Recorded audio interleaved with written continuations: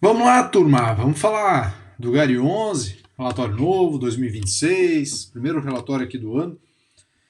Que tenhamos todos aí um 2026 abençoado, de bons negócios, muita saúde, atividade física, não deixem de praticar. Né? Eu não falo muito sobre isso aqui, mas é uma área que eu atuei há bastante tempo como personal trainer, então não deixe de praticar. Eu pratico aí musculação há 20 anos e sei o quanto isso é importante, né? Até para manter a nossa sanidade mental, né, no meio de tanta loucura que a gente vê aqui no Brasil, tá? Mas desejando então a todos vocês aqui um excelente aí 2026, tá bom? E lembrando para quem já me segue de curtir o vídeo aqui, sempre ajudando o canal a crescer. Para quem não me segue, está vendo o vídeo pela primeira vez, assiste o vídeo, vê se interessa, né, o conteúdo, começa a seguir se achar interessante.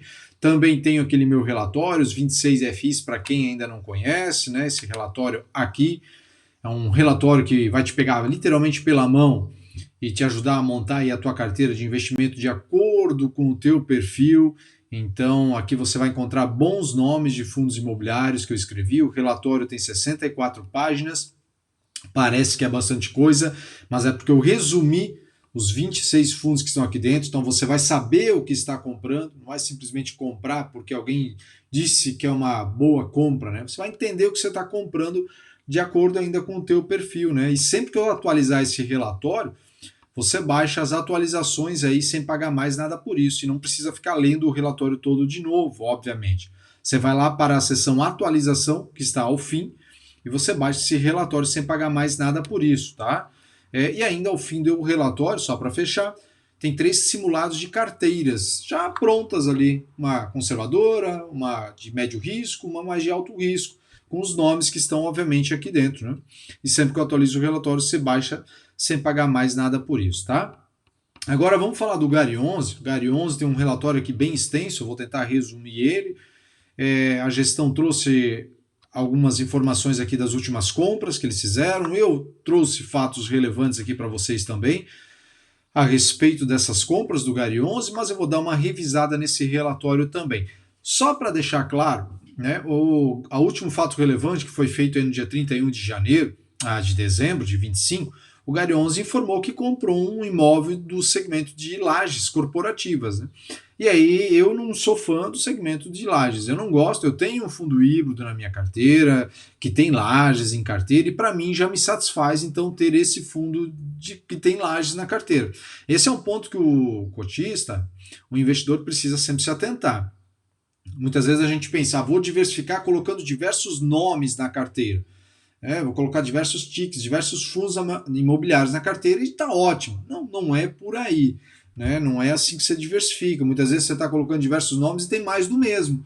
Né? Quando você compra, por exemplo, tem gente que compra um fundo de fundo ou um hedge fund, esses perfis de fundos imobiliários, esse tipo de fundo imobiliário, ele tem outros fundos, obviamente, em carteira.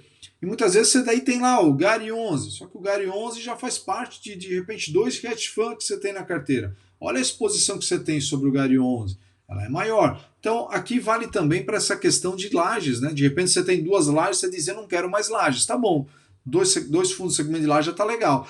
E aí você tem o Gary, de repente o Gary começa a adquirir algumas lajes. Aí de repente você vai ter o KNRI. KNRI tem mais de 50% da receita vindo das lajes. Percebe como a tua exposição em lajes ela já fica maior? Isso aqui foi só um exemplo. Obviamente vale para todos os outros segmentos, tá? E por que eu falei disso? Porque como eu não gosto de lajes, né, eu não vejo o problema do fundo ter um imóvel de lajes dentro da carteira, é evidente, né? Mas tem que deixar claro que para quem é cotista e também de repente não gosta de lajes ou não gostou dessa movimentação do fundo, a gestão deixa claro aqui, ó, a estratégia do Gary, né, se propõe a oferecer ao investidor dos fundos de tijolo uma solução única e completa. É óbvio que isso não existe, você não vai ficar preso a um único fundo, mas a ideia deles é essa. Você ter tudo dentro do Gary 11, um caminho para investir em diferentes tipologias de imóveis, excelentes inquilinos com estabilidade e previsibilidade dos resultados atraentes. Então não dá para reclamar se amanhã o Gary 11 adquirir um hospital. Não dá para reclamar se amanhã o Gary 11 adquirir um imóvel de renda urbana do segmento de imóvel de renda urbana do segmento bancário. Né? Veja que a ideia do fundo é essa é a ideia deles, imóveis de todo tipo de tipologia aqui dentro. Então tem que ter isso na consciência. Né?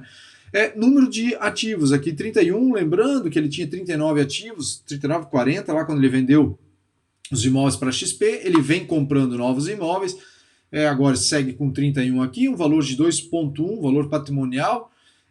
Patrimônio, na verdade, ele já é, o VP aqui, né? Ele já é um pouco maior, chegando a 2,6, a gente já vai ver isso aí. O fundo ele captou um bom dinheiro aqui, bom dinheiro, ele fez uma boa captação entre imóveis e grana nessa sétima emissão, né? A gente vai ver isso agora no decorrer desse relatório. Novas aquisições, a conclusão da sétima emissão, a nova fotografia do GAR. Ele ainda não está completo esse relatório, né? Nesse período, a gestão concentrou seus esforços na condução de processos finais e liquidação de novos imóveis e o avanço na última etapa da oferta. O GAR 11 ele buscou trazer aqui no relatório, o gestor, o máximo que dava para trazer com as negociações que foram feitas ainda em 25. Mas tem imóveis ainda que me parece, pelo que eu entendi aqui, que foram adquiridos e que ainda não estão dentro desse relatório. Tá? Importante destacar que essa participação não altera a fotografia contábil, tampouco os principais números e indicadores apresentados nesse relatório, que seguem refletindo exclusivamente a posição do fundo ao final de novembro.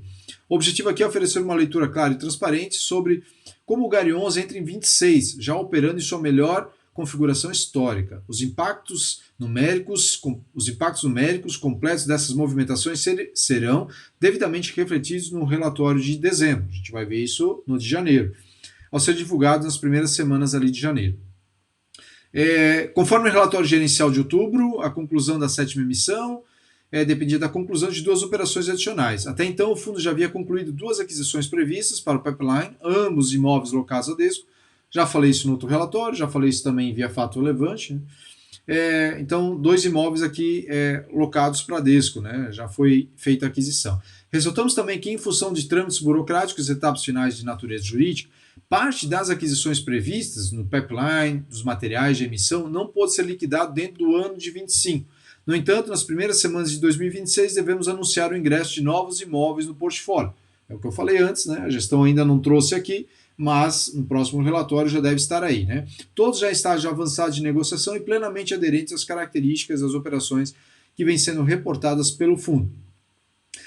Aqui nós temos 2 negociações dos 2 fatos relevantes agora, desse final de ano de 2025, dezembro. Né? Então é a compra do Parque Logístico em Confins, Minas Gerais, pelo valor de 86 milhões, são 24 mil metros quadrados de área bruta locável, está 100% locado para Mercado Livre, Três Corações e Vale do Rio Doce. Esses locatários eles possuem, segundo a gestão, bem divididos a receita. Então, de repente, se sai o Mercado Livre, Mercado Livre equivale quanto ali dentro? Equivale a 70%. Não é o que acontece, a gestão deixa claro que eles estão bem distribuídos, né, ali dentro para equilibrar bem a receita nesse imóvel. Né? Essa aquisição marca 2 grandes passos estratégicos extremamente relevantes na trajetória do fundo. Indo para Minas Gerais, né, que é o terceiro município em PIB produtivo do Brasil, e um estado que representa aproximadamente 9% do PIB brasileiro. Do ponto de vista estratégico, a aquisição contribuiu tanto para o reequilíbrio entre os segmentos logísticos e de renda urbana do portfólio, porque ele vem aumentando bastante, bastante essa posição ali na renda urbana, e agora a gestão está buscando também trazer um pouco mais de volta para o logístico. Né?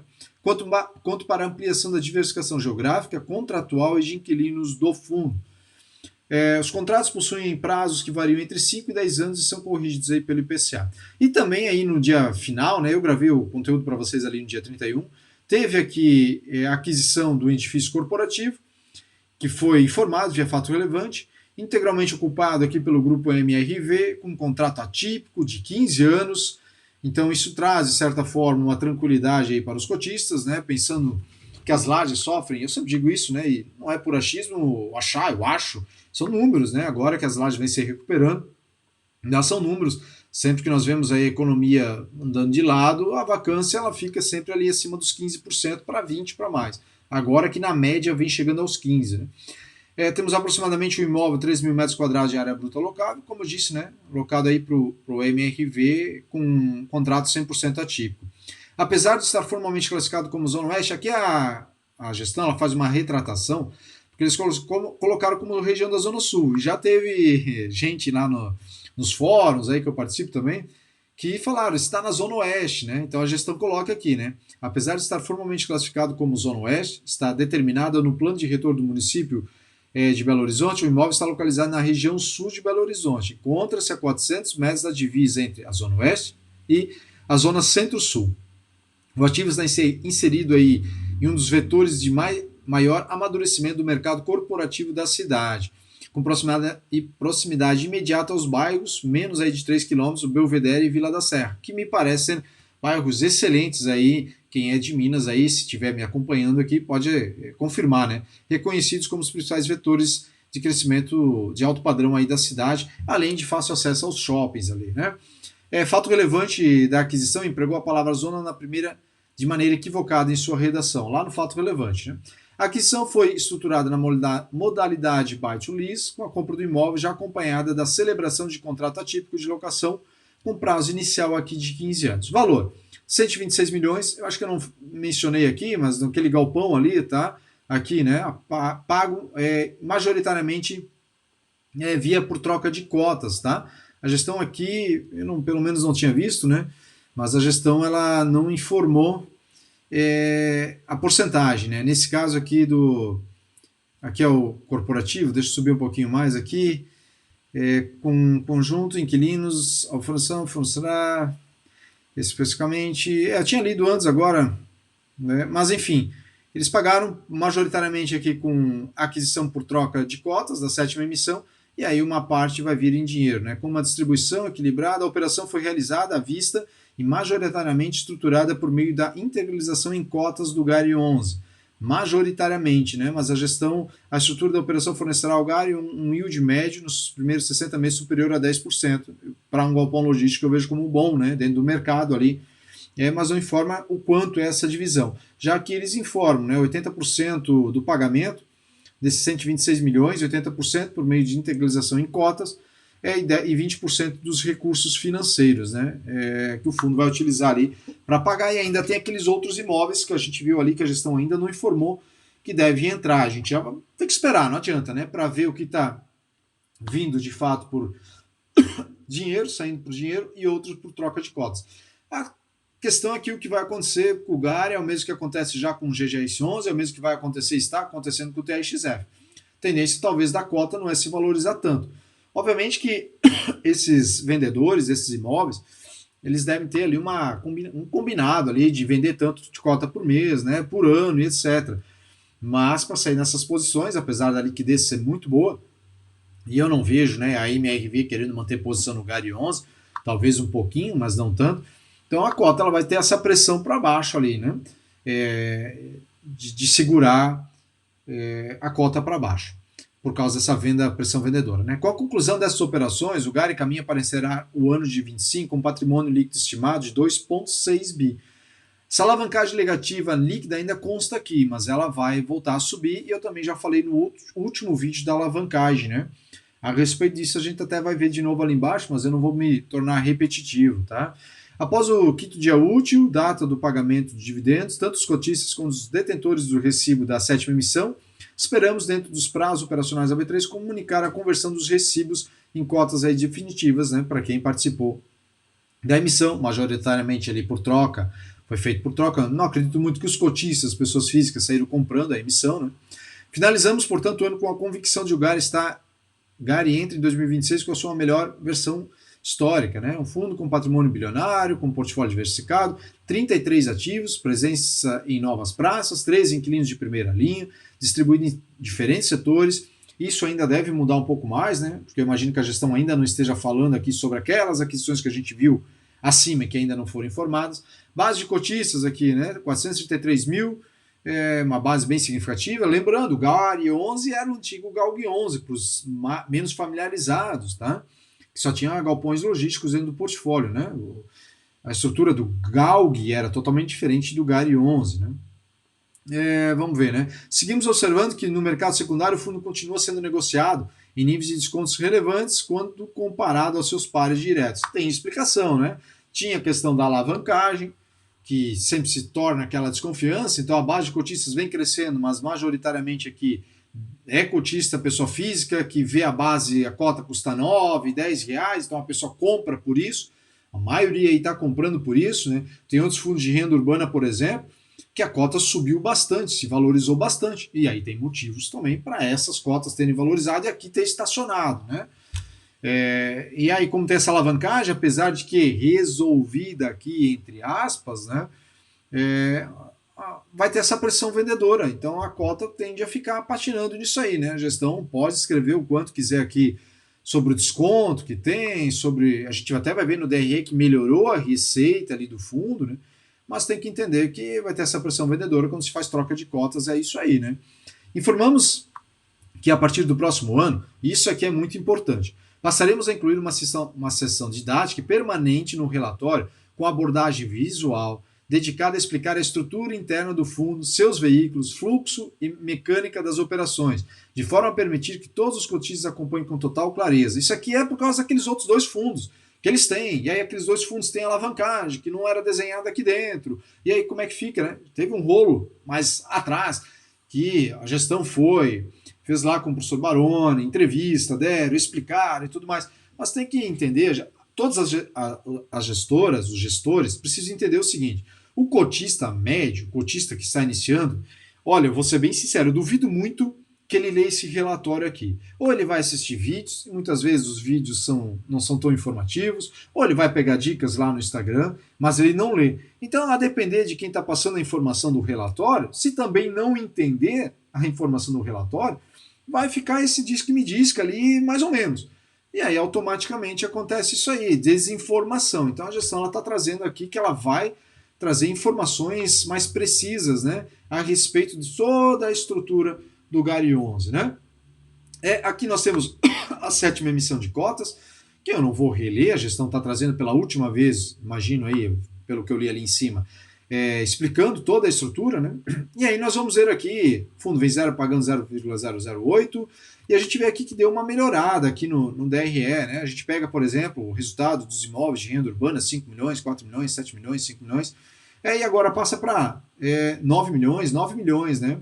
As compras aí que o fundo vem fazendo, vem melhorando, obviamente tem também os reajustes, os contratos dos imóveis que já estão aqui dentro, mas a gestão ela vem melhorando essa questão da receita. Pelo menos a gente vê aqui em novembro, 0,087, né? Que é 0,083 a distribuição por cota. Obviamente os 3 aqui acumula, fica 0,08 pagos, mas deu uma melhorada. Claro que se a gente comparar ao outubro do ano passado, ela era maior a receita aqui do que é hoje, né? Mas a gestão ainda deve comprar mais imóveis, eu imagino que a bom cap, trazendo bom retorno aí para o cotista, e a gestão vem buscando o seu espaço no mercado de renda urbana. Eles fizeram já no passado emissão abaixo do patrimonial, essa informação que eu disse acima em questão de alavancagem também meio que deixou o pé atrás de muita gente, né? Mas ainda assim a base de cotista segue crescendo.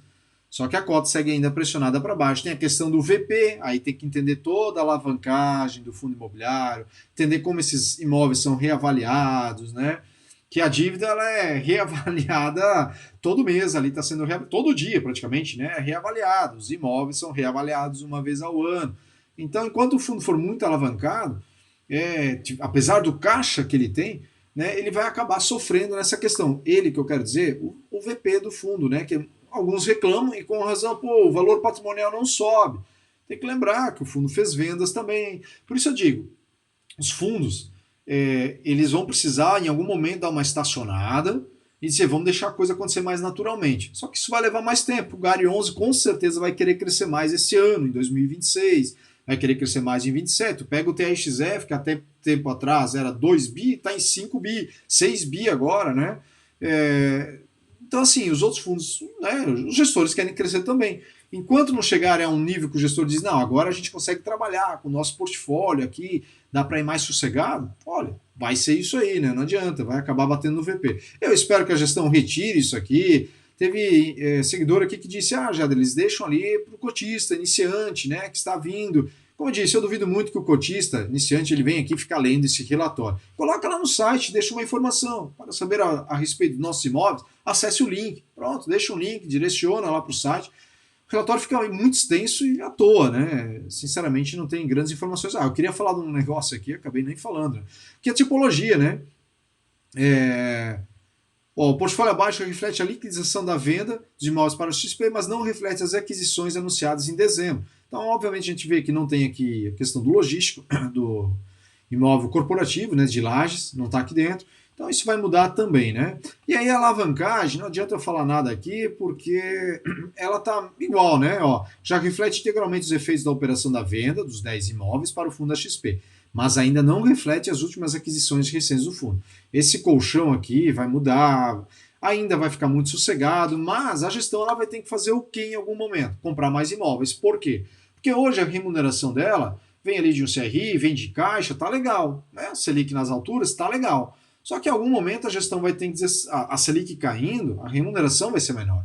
Então a gestão vai ter que se mexer para comprar. E aí é que nós vamos ver, de fato, a tranquilidade ou não do fundo, né? Eles ainda vão comprar mais imóveis, esse valor aqui vai sair daqui, esse montante, né? Porque eles precisam pagar esses dois que a gente viu aqui no relatório, que parte vem em dinheiro, a menor parte, mas vem em dinheiro, e aí tem os novos imóveis que vamos ficar esperando aí para ver como é que vem, né? Mas nesse momento, se a gente olhar isso aqui, esses números aqui, a situação é muito cômoda, né? Tá aqui ainda negativa, né? Mas deve mudar em breve, tá? Então é isso aí que a gente tinha para falar do Gary 11. Se você não é inscrito no canal, chegou até o fim do vídeo, se inscreva.